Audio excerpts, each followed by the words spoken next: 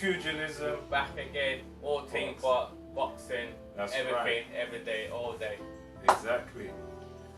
Yeah, we're going to talk about now the main event of the card that took place this Thursday just gone. Took place in Miami, Florida, and it was during the Super Bowl week. You know, big thing in the States. I guess that's why they hadn't done it at that point in time. Yeah, the Zone made the smart thing right there.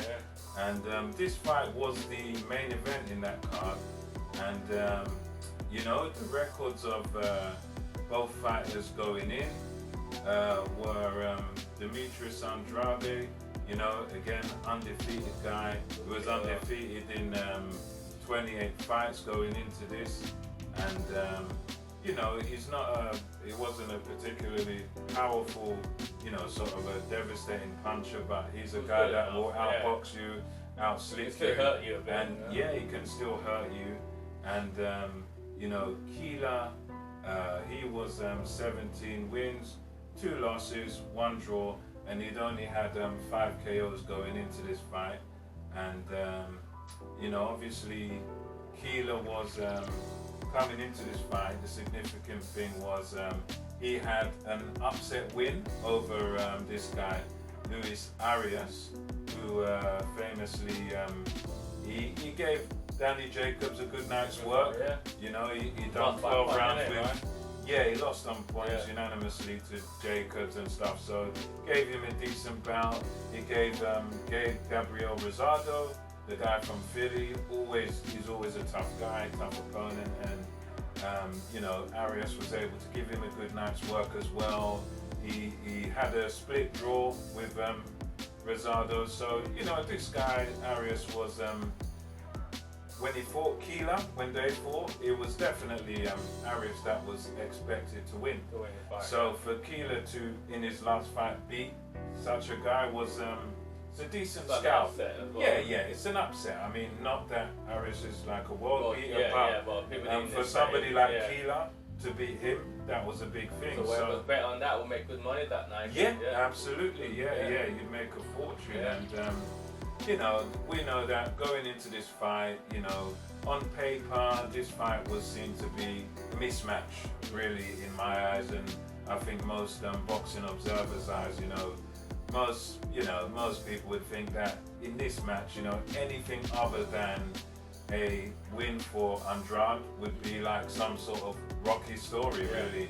I mean, this was Rocky versus Apollo Creed in real life. The world champion versus the unheralded, the unheralded Irishman in this case, and you know, there was nothing on Keeler's record to really, you know, suggest that he had a chance here. I mean, even when we talk about the puncher's chance, as we talk about in boxing, you need to be able to punch hard for that, and to be able to hurt someone badly.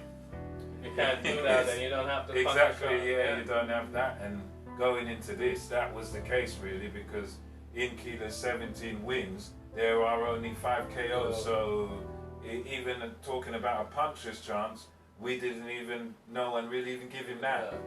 Because it's just like, you know, that would have been his best chance to sort of come forward and try to wear Andrade down somehow, and somehow sort of just with combinations just wear him out and come forward, and that's the only way. That's what it's quite sad actually, when you're a good boxer but you don't have that hump in your punch. Exactly. You know, and this is why you have to give a guy with the punching power, you know, credit, because not everyone has it.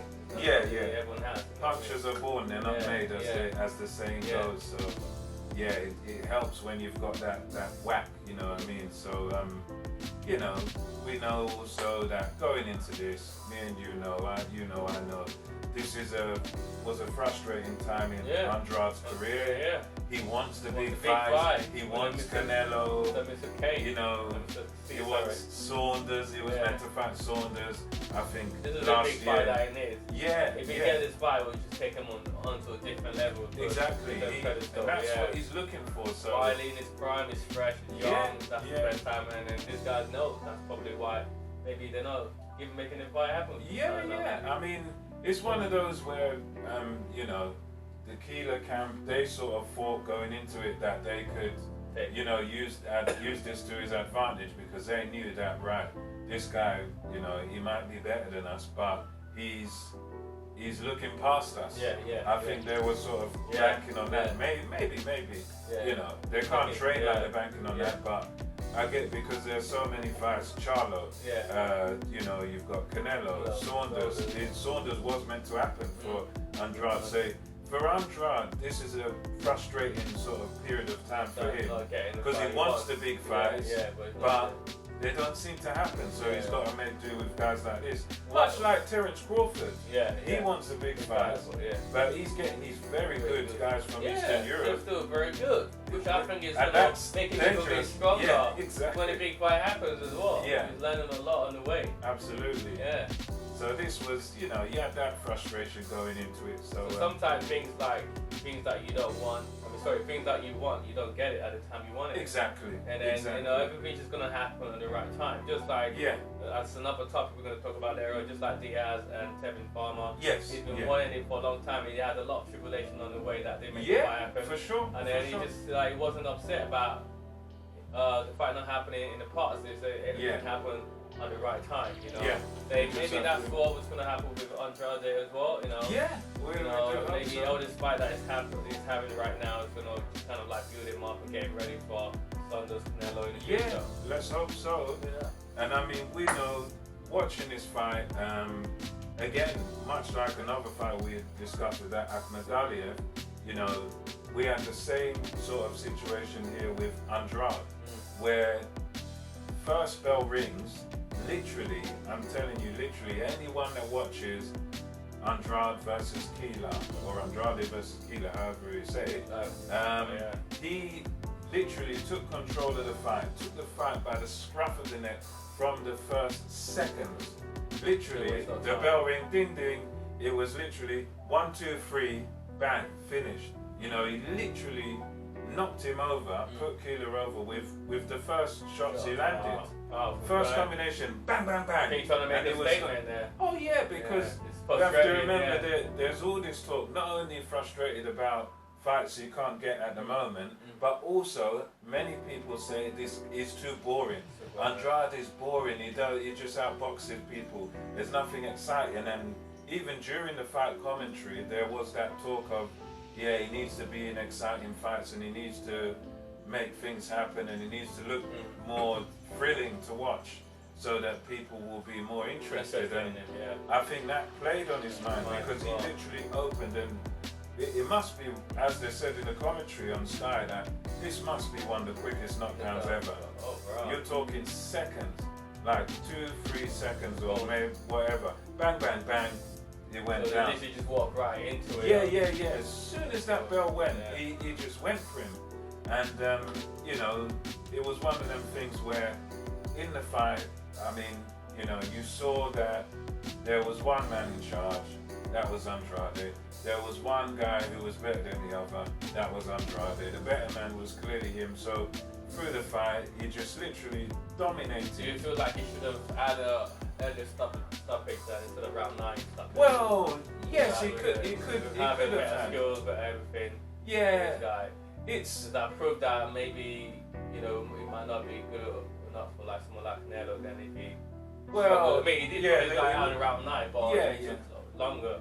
I mean, like someone like Canelo could have destroyed his guy in round 4 He would have been, I mean, it was one of those performances where I don't know whether it shows us that he's not good enough, but I think it shows us some level of frustration on his part, and some level of like trying to impress people, because I think he's better than what he showed on Thursday night. He's definitely better than what he showed, and the performance was, although he didn't lose a round, it was sloppy, and it was messy, and it was scrappy.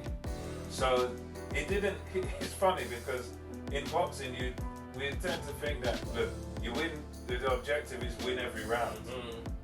Which he did, but it's how he was still missing punches and missing those kind of punches you're missing. Someone like Canelo will make you pay. Oh yeah. Big time with counter from power counter punches. And yes, you're right. You might look good with this guy, you know, even though he missed punches and all that stuff. But someone like Canelo will capitalize on that. Oh yeah. So, even the Saunders would capitalize on that. I mean, he did. But with Canelo, will be more dangerous because he's got more power. And I'm thinking about the power. More precise. More precise. The power, like it's the same pockets and counter, you know. So yeah, well, we'll see. Maybe maybe this kind of fight at Andrade, maybe he kind of like, you know, some people step up, depends on the competition as well. Yes. You know. Yeah, some people fight to the level of their opponent. That's that might be it might be a factor. Yeah, we'll see. Because I think he didn't really respect Keeler. He just knew. So all he was doing is hands down and just walking him down and looking to land bombs. But even against someone levels below him like Keeler, he was still made to miss. So he's got to watch himself. It wasn't a perfect performance. It was for me knowing how well he can box. It was kind of poor in terms of missing lots of punches, and it was a bit sloppy. You know, so he needs to definitely look a bit sharper going forward, especially if he does get the marquee names. But at the end of the day, we'll see.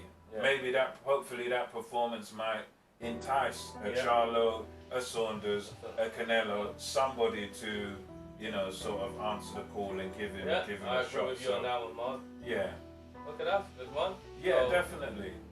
So so you said he also call out Charlo. Yeah, I think the post fight, you know, he was calling them all out. The guys with Charlo, Canelo, and you know. So why in the ring as well? I think the post fight stuff. So he's telling the guys, look, I'm up for it, and I'm. Were they there? Were any of them watching? I didn't see any. I don't think they were in the audience. Wasn't on. No, I don't think Charlo and them was in they were there. That's a good fight, man. Excellent, we want that. We want to see that for sure. Hopefully it happens in 2020, you know? Yeah, definitely. Yeah, good, man. Excellent. So, ladies and gents, we're checking out now. That's MKO Pugilism. See you on the next one.